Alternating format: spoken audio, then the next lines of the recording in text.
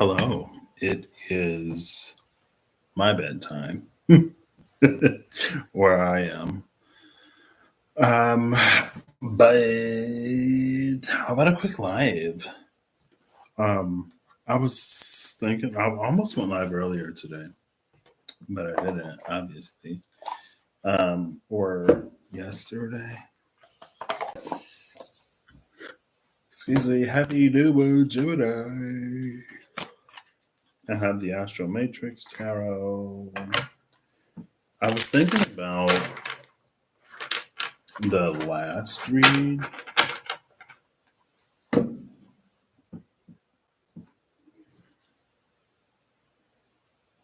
The Devil and Justice.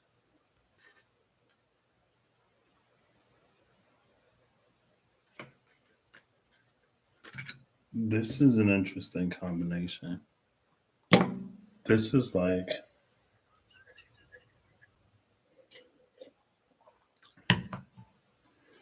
um mm,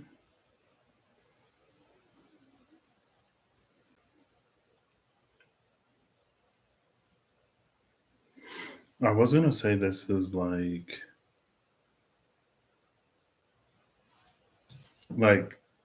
there's the scales balancing the heart against the feather, and then the devil comes out. So it's like, you know, pretty self-explanatory. Um Four swords at the bottom of the deck.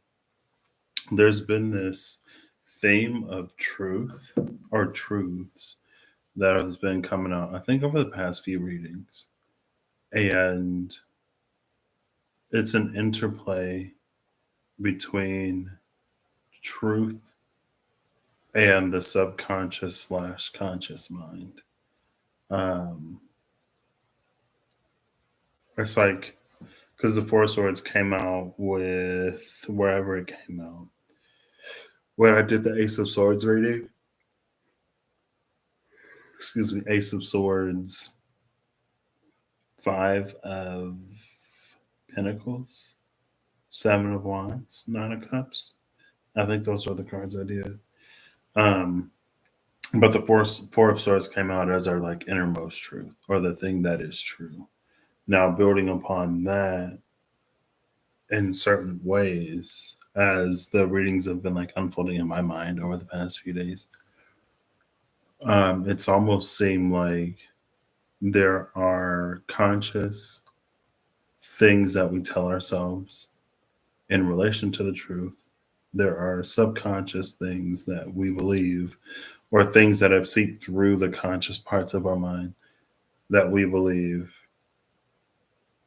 that may or may not align with the truth. And then there's, again, it's like that degree of coherence or discordance. So the context of the past few reads have more often than not been when our beliefs or our perceptions don't align with what's true. And so it creates like a noise.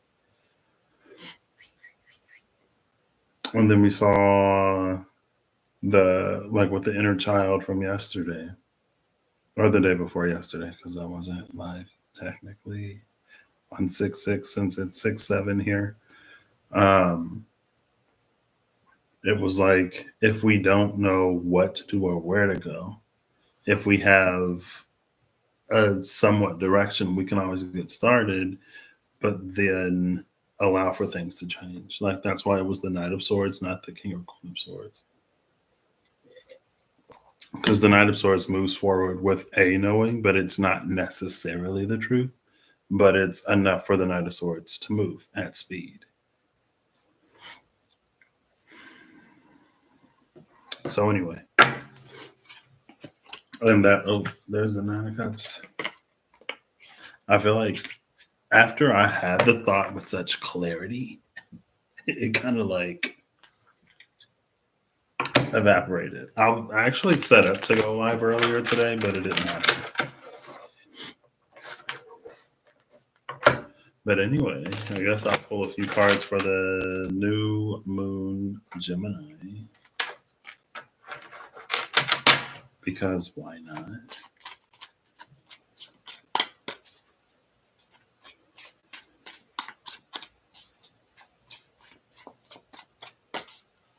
And I think that's when, hey Holly, how you doing? It's like also King of Swords, Two of Wands. It's like there are times when we almost lie to ourselves or we want to be lied to because we want to feel better. Um, and it's not always beneficial. It's not always conducive to productive progress. Yeah. Okay. Anyway. Oh, Two of Wands, Justice. So from the King of Swords with the Two of Wands to the Two of Wands and Justice. Cool. Let's get New Moon, Gemini, Sun and Moon both in Gemini. There was a way with the star. I feel like the star has been a repeat offender. Um, there was a way. I was talking with my journey buddy, and I had never thought of new moons as the conscious and subconscious meeting necessarily until whatever we were talking about. And it's like there are things that are happening behind the scenes, things that are happening in the dark, things that are occurring that we're not aware of, represented by the moon, the things that we don't see. And then there's the progression of things that we do see, represented by the sun. And in a new moon, it's like where they meet. And so there's this opportunity to almost begin the process at the very least of bringing things into the world. And that's why people manifest on new moons. I'm pretty sure people manifest on new moons. But it's like it brings to our awareness all of the things that were going on to the forefront and gives us an opportunity to engage and interact with them. So, with that in mind, judgment. Oof. Oh gosh, these keep kicking out cards. I'm gonna lose cards. The Four of Wands and the Knight of Pentacles. Exactly. Bottom of the deck is Judgment. I'm gonna put these back though. I'm gonna get a quick shuffle. It's already been 8 minutes, so this may not be 10 minutes. There's the King of Swords again. Oh my gosh. Two of Wands. Where did that even come from? Two of Wands, Eight of Cups. All right.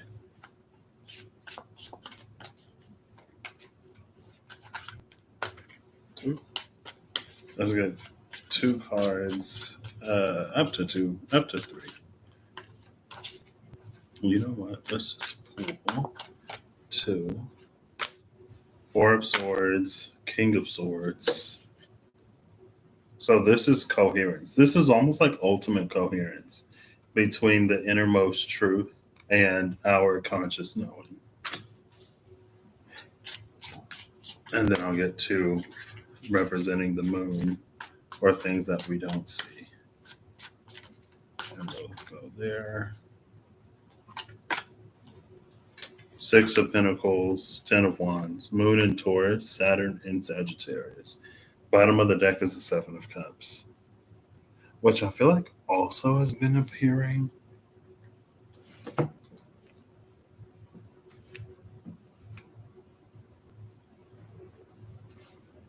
There's a Taurian energy here.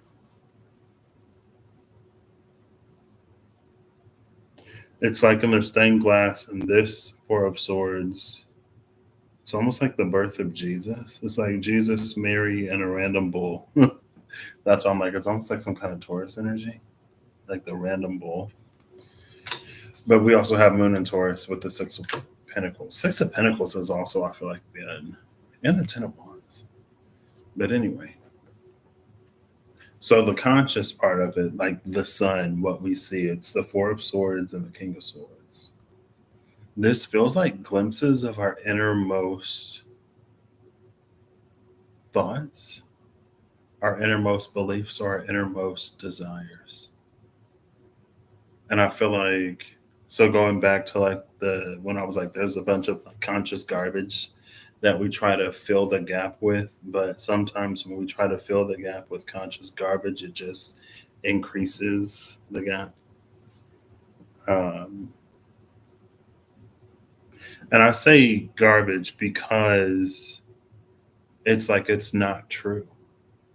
We fill it with untruths to try to make something make sense, to make it fit a narrative that we believe, or to make it fit some kind of mold that we can um, perceive, conceptualize, make sense of, or to make us feel better.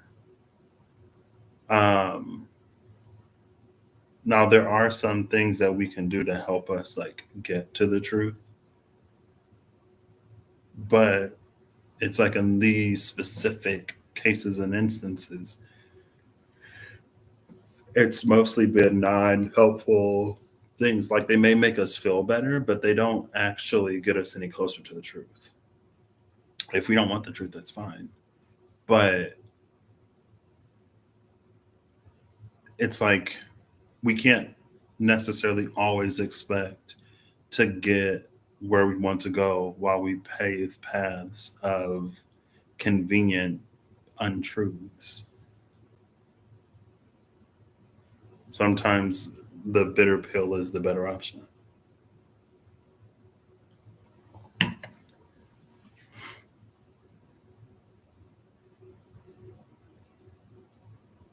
And we can even see like it feels like the clarity and the presence of this King of Swords is like chasing away the fog.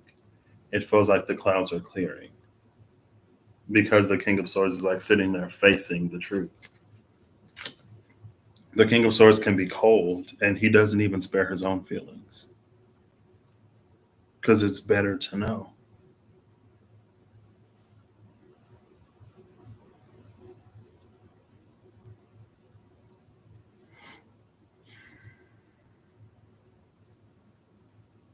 But yeah, so this feels like things bubbling up to the surface. Um, and that can look like a number of things. I think if like there's a spectrum of things that it could sort of manifest as. I'm gonna take my Crocs off. Why are you wearing Crocs indoors? Because they're comfortable, and I like to put them on for a little bit sometimes. Um,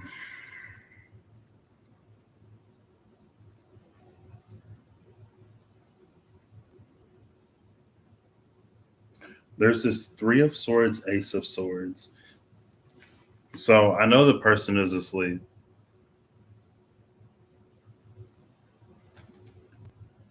Maybe again, because there is a coherence here, because the King of Swords stands on that truth. I wonder if it's like while someone was asleep, those three swords were removed.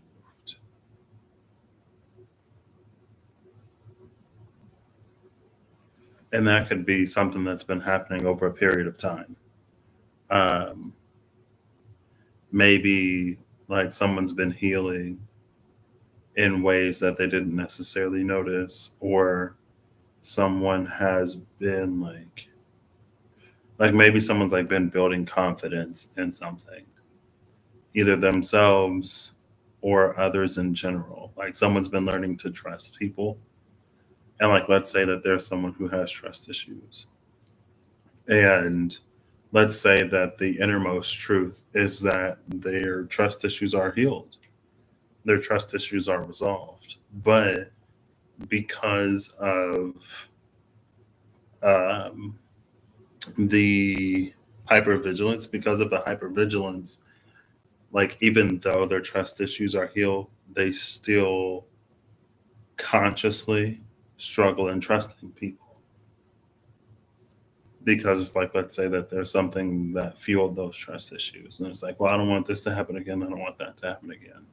So the truth is they no longer have trust issues, if you can follow me. The truth is that they no longer have trust issues, but almost like the Queen of Swords in reverse. But because they don't want to leave themselves in a vulnerable position, they still don't trust people. So this could be a situation happening or occurring in which they have to trust someone else. And it's like, to me, I guess it could play out in any kind of way because we're all different. And we all are, because we're different, it can play out in a number of ways. I think the way that came to my mind first is like that's someone who just trusts somebody with something without even thinking about it. And it feels like there's some kind of urgency. The urgency doesn't necessarily have to be like life or death or like dire, but it feels like there's a little bit of urgency. Like, let's say, for instance, someone works on a team and something comes up and they have to leave, but there's a deadline approaching. And they go, hey, like, I have to step out to take care of this. Can you wrap up the submission and like, can you wrap up the project and submit it for me? Can you finish up the reports and email them out? Whatever. It's like because this other thing is happening, it demands almost their trust in somebody else to do something because they're distracted by this other thing. So without even thinking about it, without running through the mental obstacle course of like, can I trust this person to do this? Because last time I was in a position like this, somebody said that they would finish the report, but they didn't finish the report and it came back on me and my performance suffered and they got promoted or whatever. But it's like after whatever urgent happening is like resolved, they have a moment of recollection or a moment of reflection. And they're like, whoa, like I trusted that person to just do that. It's almost like that type of energy. And then on the other side is the Six of Pentacles and the Ten of Wands. Now, easiest, like lowest hanging fruit for Six of Pentacles, Ten of Wands is a sharing of responsibilities. But it's giving responsibilities to people that can handle them. Because sometimes there's a wisdom in the giving of the Six of Pentacles. Sometimes it's like Oprah. You get a car and you get a car, and everybody in the studio audience is going home with something. Um, but if like someone doesn't have a license, what are they going to do with the car? If someone lives in a city where there are alternative means of transportation, what are they going to do with the car? Maybe there's something else that they could get with the value of that car that may be more beneficial to them. Anyway, there's a oh, what's the word? It's like financial wiseness to this Six of Pentacles energy. It's like the proper distribution of some kind of burden.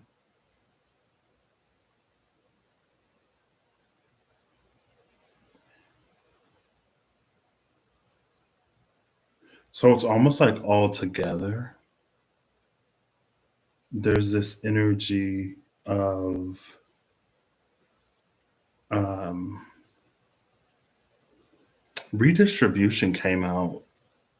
Yes, was that the Six of Pentacles in the Next World Tarot? I don't remember. But it is an energy of redistribution. It's almost like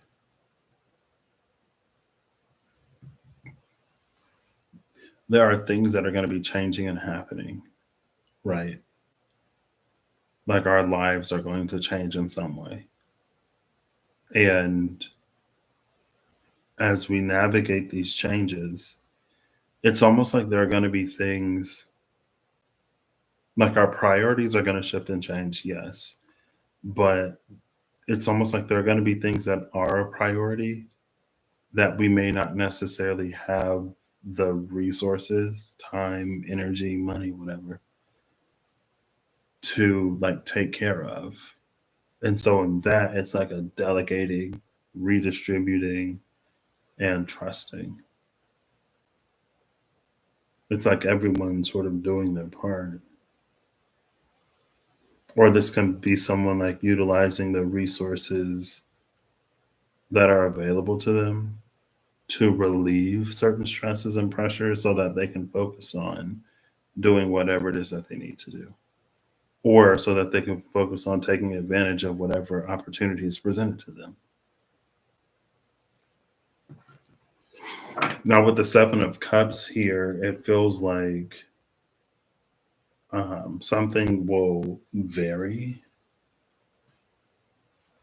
widely. Like, there's a lot of variables in terms of uh, shifts, like what is shifting, what is changing, what is the degree of that shift and change, what is the availability of resources, what is our knowledge of those resources, and mostly in what we choose to do.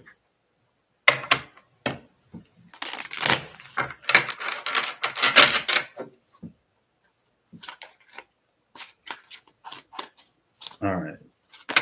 Oh, we'll take it. Bottom of the deck is the Two of Wands. And then we see the eagle coming in. The eagle is reminding me of the eagle that eats the snake. So I just finished. I know that I'm live at like 1 o'clock in the morning, and this doesn't prove my point. K dramas are dangerous. The episodes are like an hour and 10 minutes at the least. And it's real easy for it to go from 9 o'clock at night to 3 o'clock in the morning. I just finished this series, so I can go to bed now. I remember feeling like I was satisfied with the conclusion, yes. And then I was like, oh my gosh, I can go to sleep now. I feel like this show has had my attention hostage. Just because I've wanted to see how things like play out and work out and like will they realize, won't they realize, will they remember, will they know, or won't they? What's gonna happen? And it's easier when it's like a 20, 30 minute show, maybe 40, but when it's like an hour and 10 minutes and you're like one more episode, one more episode, one more episode, and it's 5 hours later. Anyway. Um, why am I talking about that? Oh, because there was a blood parasite in that show that had worked its way into someone's core, the core of their energy. And the blood parasite was likened to an insect. And they were like, the greatest predator of insects is birds. And it made me think, I guess, like the worm and the bird, the snake and the bird. It's just, oh my gosh, look, and then here's, and there was literally a firebird. They used the firebird to purge the energy of the blood parasite. And there's judgment again with the firebird. But anyway, with the eagle up here, it's making me think that um, there's something, I guess there's a divine component and aspect to the eagle, the bald eagle especially. Um, but it's just giving me like uh, the bird that brings order. I was thinking like unity, harmony, order. The bird that brings order to chaos. The bird that is the natural predator of anything insect like, I guess. Something like burrowing, something parasitic and invasive. And then again, judgment with the firebird is at the bottom of the deck. But anyway, it's like some kind of order that is coming into our lives.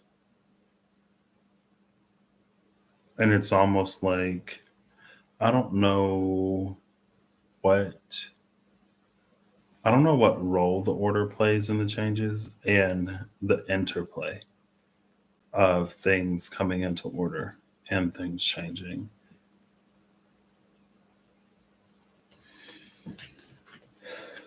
We got two majors and two minors.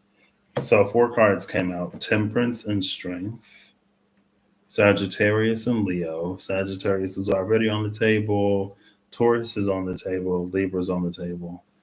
Um, so Sagittarius, Leo, fire signs trine. Taurus, Leo, fixed sign square. I feel like there was another square somewhere. Oh, and then Aries. We got Venus and Aries, uh, Sagittarius and Leo. All the fire signs. Cool. And that is what the third decan of Aries, which is the Sagittarian decan, which is the opposite of Gemini. We've already had the Sagittarius full moon, I'm pretty sure.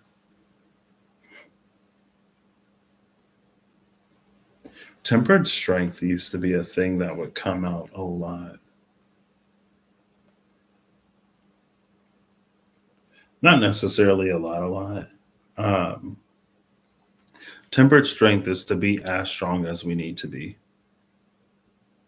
but it's more so to exert as much power, effort, or influence as we need to, and not anymore, or not a significant amount more.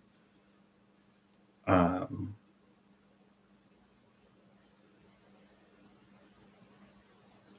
Also, oh snap! Did y'all see me like flick my nose? There's the eagle and the lion on the cauldron Ankh life. We got the eagle here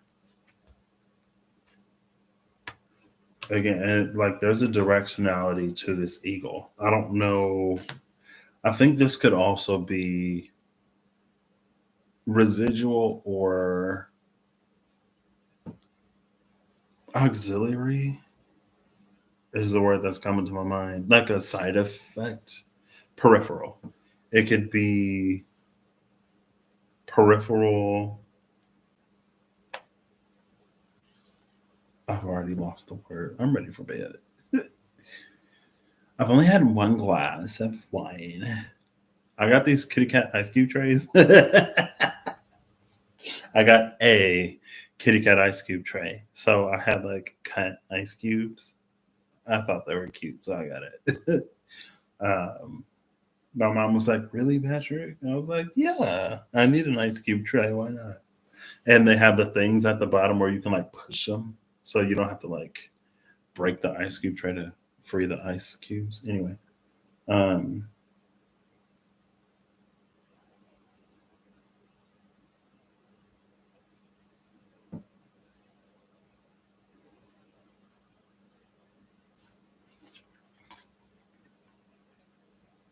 there are three doves on this temperance card. This is giving keeper energy from the Spirit Keeper's Tarot. Also, the fire and the water are being poured into the same cauldron. I guess this would be Scorpio Leo if it's fire water. Scorpio being represented by the bald eagle.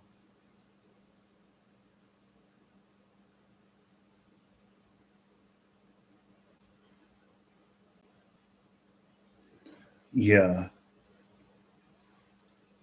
So the keeper is the fool that has learned all of their lessons. The keeper is the fool who, as they go through challenges in life, not only do they pick up on the lessons that they were meant to, but they also learn themselves in a very multifaceted way. And beyond that, they learn to be, do, or embody certain strengths. Almost again, like Nine of Pentacles is here. I think the Nine of Pentacles was Frankenstein. It's almost again that like Frankenstein and the basilisk energy when it was like us bringing the best parts of ourselves to the forefront, or us embodying the wisdom that we've learned through the past however many days, minutes, seconds, hours, years, decades of our lives. It's like us really being the best version of ourselves. And again, because of this, the Four of Swords, especially in the context of that honesty, this is us being the best and or better version of ourselves. This isn't us lying to ourselves to make us feel better about what we didn't do, what we haven't accomplished, or whatever. You know, it isn't. This isn't us like making excuses for ourselves. And we don't have to judge ourselves. We don't have to feel shame. It's just the truth. Like these, it's like this is such an objective energy. We don't have to involve our feelings. And again, King of Swords, when it is us, it can be difficult to separate our feelings, but it's like if we didn't know any better, we didn't know any better. And if we're going to have feelings, we can have feelings towards the fact that like we didn't know better. And depending on the situation, like maybe it can be incredibly sad that we didn't know better. Maybe there was something that we had never experienced. And so we had a distorted Kirsty. I am on UK time, I guess. Good morning. Um, when we didn't know any better, maybe because there wasn't anyone to show us better, like that's where our feelings could go. Like how like tragic or unfortunate that it is that we didn't have someone to role model something. Our feelings don't have to go to the place of like, well, I should have did this or I should have did that or I should have did better. Like we didn't know any better. It's like cold hard facts, objective. We did XYZ because we didn't know any better. We don't have to go so far into the whatever that we like stop ourselves from doing better. Like we don't have to go so hard in the excuses that we never make any progress forward. And I keep saying progress, but in reality, because this is related to our innermost truth, like this is us becoming the person that we're meant to be. Or this is us getting closer and closer to that life that we wish to live that is ours. This is us getting closer and closer to receiving the things that we're manifesting in meaningful ways, meaning like in ways that have more and more permanence rather than impermanence, because as soon as we manifest, or because as soon as we receive the thing that we manifested, we go through the spin cycle of whatever pattern that we spiral in and we lose it again. And then there's like more guilt, shame, self-blame, stuff like that. This is very clearly like if someone is wise, use the wisdom. You know what I mean? So, and it feels like though it doesn't require a lot. We also see the lemniscate in the magician. Did we see the magician in the last reading? I feel like I feel like I remember mentioning. Yeah, there was the magician in the last reading, or was it at like the bottom of the deck? Cause, or was it a final card? It might have came out. It might have been the final card from the Witch's Tarot. Cause I feel like the lunisket above the head of the magician, it was like our idea of what's possible is expanding. And so, with the four tools, the cup, pentacle, sword, and wand, with the field of potential broadening and expanding, it's like we get more creative. And it feels like it actually opens up avenues of belief that become pathways to actualization. It's like how energy takes the path of less resistance. It's like the more ways that we can imagine, and this isn't even like including the things that are beyond our imaginings, but the more ways in which we can imagine something coming into being, the more avenues and pathways we open up to receive that thing. And so it was like discovering more colors or getting a bigger crayon box or something. So they're like the ice is so cute. Well, when I can see the face of the cat, it's cuter. It's in the general shape of a cat head, so it's still cute regardless. But anyway,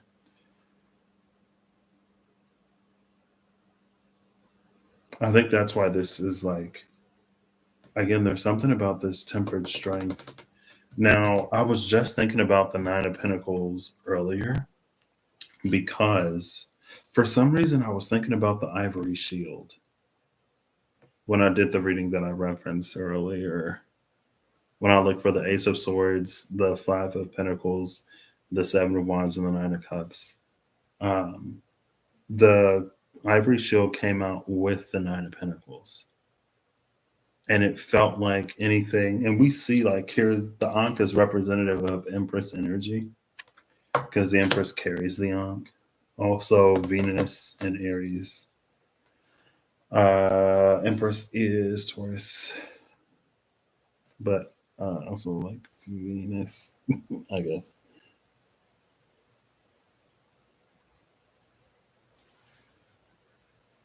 The Empress is Venus. So it's Taurus, Aries. Yeah, the Empress is Venus. Um, anyway, I was thinking about how it's like anything beyond the pre Empress, our perception is potentially limited to. And I feel like something like that came out recently. I feel like there was a similar ish energy. Yeah, it was the one. It was like if we're destined for some kind of humanitarian effort or whatever, then when what we're shown might be like the impact and not necessarily like the abundance and the money and the connections. For some reason, like someone does something that is positive and beneficial and they are very well compensated for it, or it's just they're in the energy of their abundance and so they're abundant. But it's like if we were shown the abundance, then we would chase the abundance rather than chasing our purpose. And so we're not shown that part because we're humans. Seven of Cups.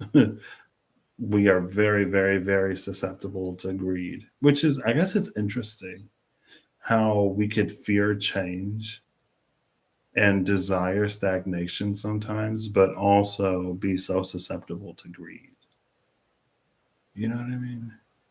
Something about that feels like oxymoronic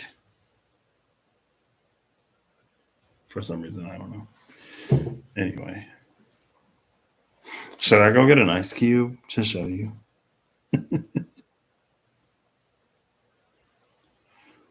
Oh gosh. Oh gosh. Well, my mom was talking about two cats that had showed up. And of course they show up after I move out. I was like, you should have told me. I could have sheltered them for at least a few days until the owner showed up or something. And then I saw the cat ice cube tray. And I was supposed to get cats about a year ago, almost a year ago, but I never got them. And then two little kittens showed up. And I was like, they went looking for me because I didn't go find them. And I wasn't even there. Tragic. Tragic. Anyway, um, and then we have the Four of Wands. The Four of Wands is like where everything meets. And it's the beginning. The Four of Wands, it's both a chapter closer and opener. Like it's one of those milestones that marks like the end of one phase and the beginning of the next.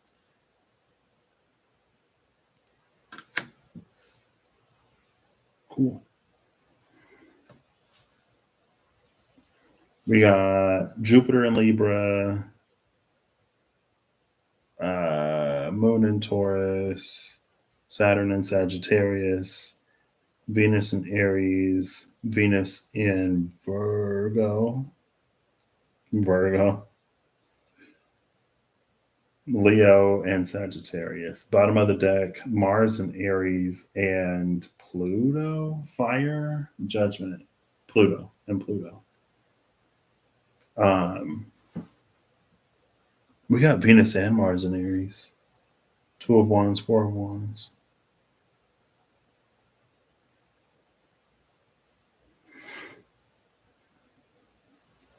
Jupiter in Libra opposing Venus and Mars in Aries. Sextiling Saturn in Sagittarius. So this is a Jupiter Saturn sextile. This is like the most, I don't want to say the most toxic Jupiter Saturn sextile, but like the energy of the Four of Swords and the Ten of Wands, like Jupiter in Libra sextile Saturn in Sagittarius is like when we push our body beyond its limits and our body forces us to slow down. So it's actually not toxic in theory because at that point our bodies are already well beyond their limits. And so to keep the body running would almost be to like literally work or exhaust the body to the point where like our spirit runs out. It's like we burn all of the fuel in our bodies and then it starts burning life force and then we run out of life force and we like expire because we didn't slow down. So it's actually beneficial because it forces us to stop and it allows time for recovery. Now we still don't have to listen, but so maybe force is a little bit strong, but it forces us to stop.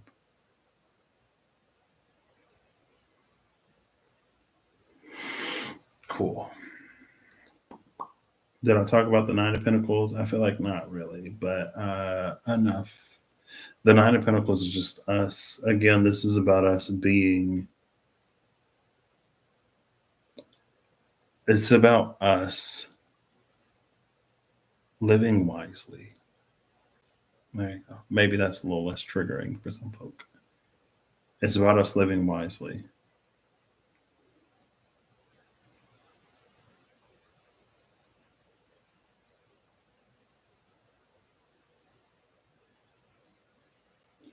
Or it's about us creating harmony in our lives.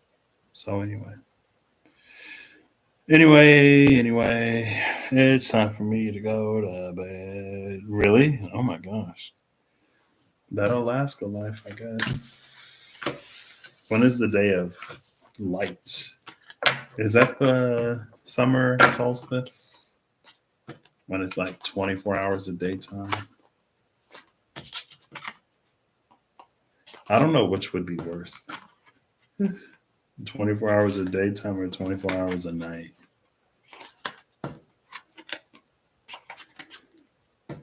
I feel like 24 hours of night would be worse, but 24 hours of daytime would be weirder. Like, I feel like it would be weirder to me that it's like 3 o'clock in the morning and the sun is still shining than it would be if it's like noon and dark. Because it could be like a storm, you know. Nine of Swords.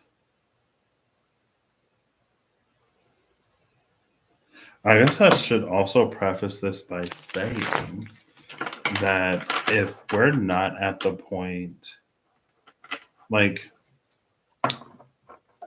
beyond taking this as it resonates, it's like know where you are in your life and in your journey. To know what like you're capable of bearing.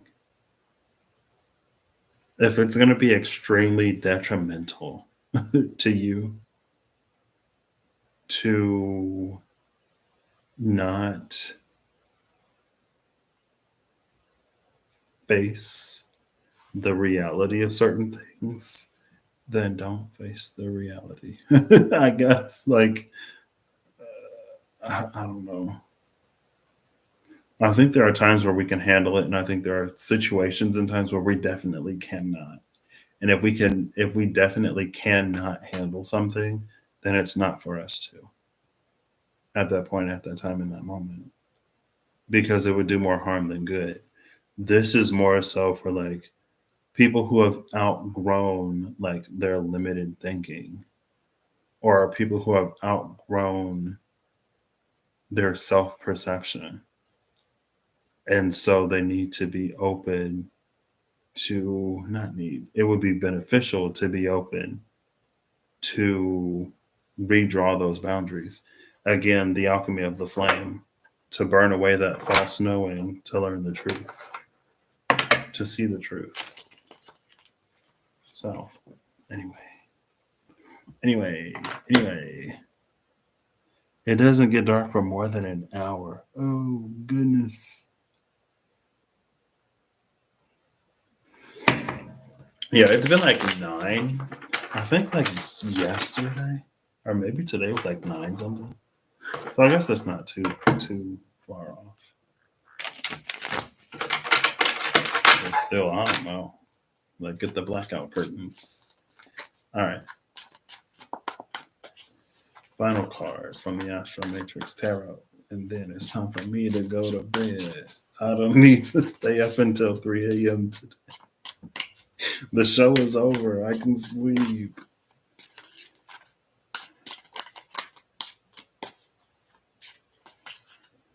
I'm just going to keep going until something makes itself known.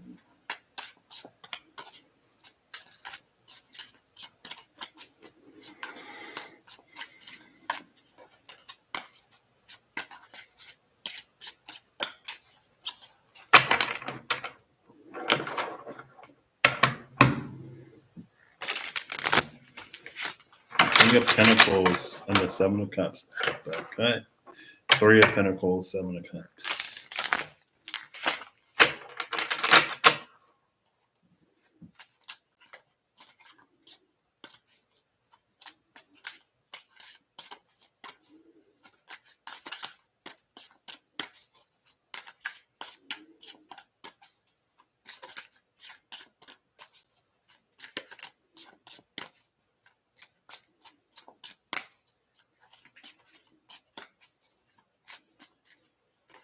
Ooh. Almost got like 7 cards. Come on, please. All right, I'm gonna give it 2 more, and then I'm just gonna pick a card.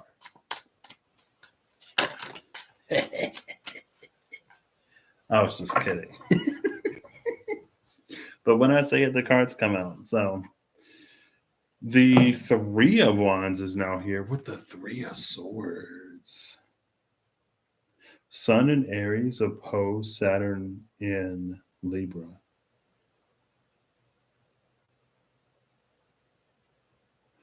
Now, this could be gorgeous energy. This could be literally like us moving on, moving forward in ways that we never thought we would have been able to.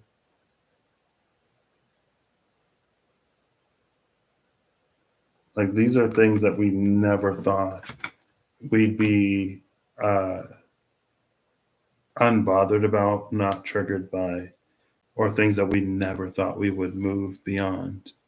But because of the inner work that we did, because of the healing that we did, things are going to change and quick.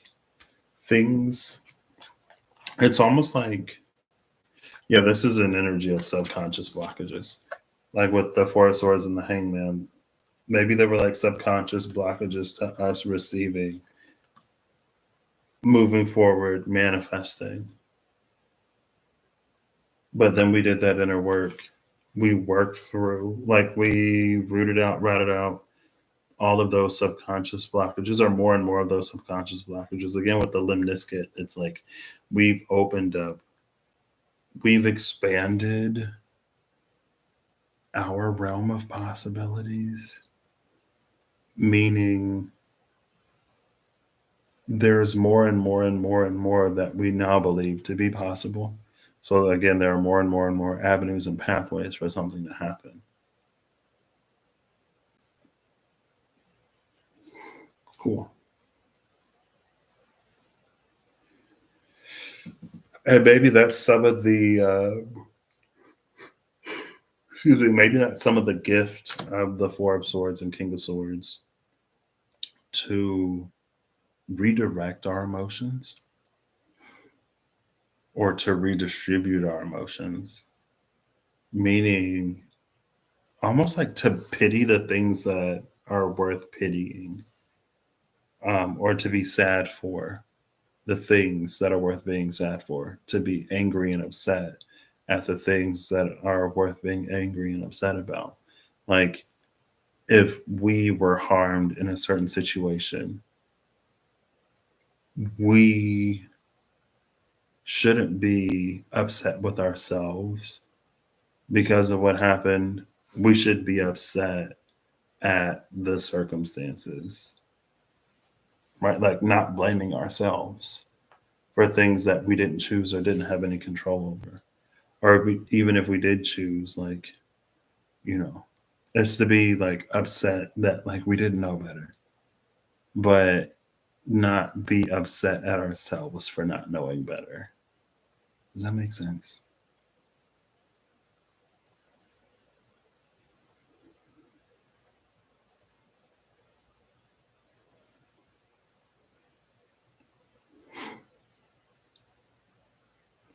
Like if someone sells us a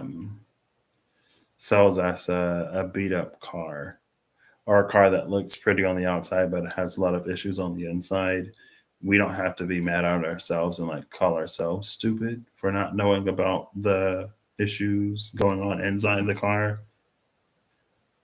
I'm not encouraging or not, I'm not encouraging necessarily people to be upset at other people. Um, but it's like we don't have to be upset at ourselves for being tricked, deceived, or fooled. Like maybe and it's redistributing an emotion, okay? I ain't gonna tell nobody where to put their feelings. Also, somebody on Instagram the other day said your feelings are always valid. Your actions, however, still come with consequences. So just because your feelings are valid doesn't mean that you get to necessarily get off scot free. You know what I mean? So anyway, thanks Holly and Kirsty for showing up. That was the last drop. Oh, it's been almost an hour. I hope you all have an amazing whatever whenever you see this. I hope you're acting alignment to make all that you wish to experience your reality. I hope that whatever you need along your path, journey, and way you find, in a way that is digestible for you if that's what you need. Um, and I hope you get where you're going. I hope you get what you deserve. And until next time, I will see y'all later. Hey, bye.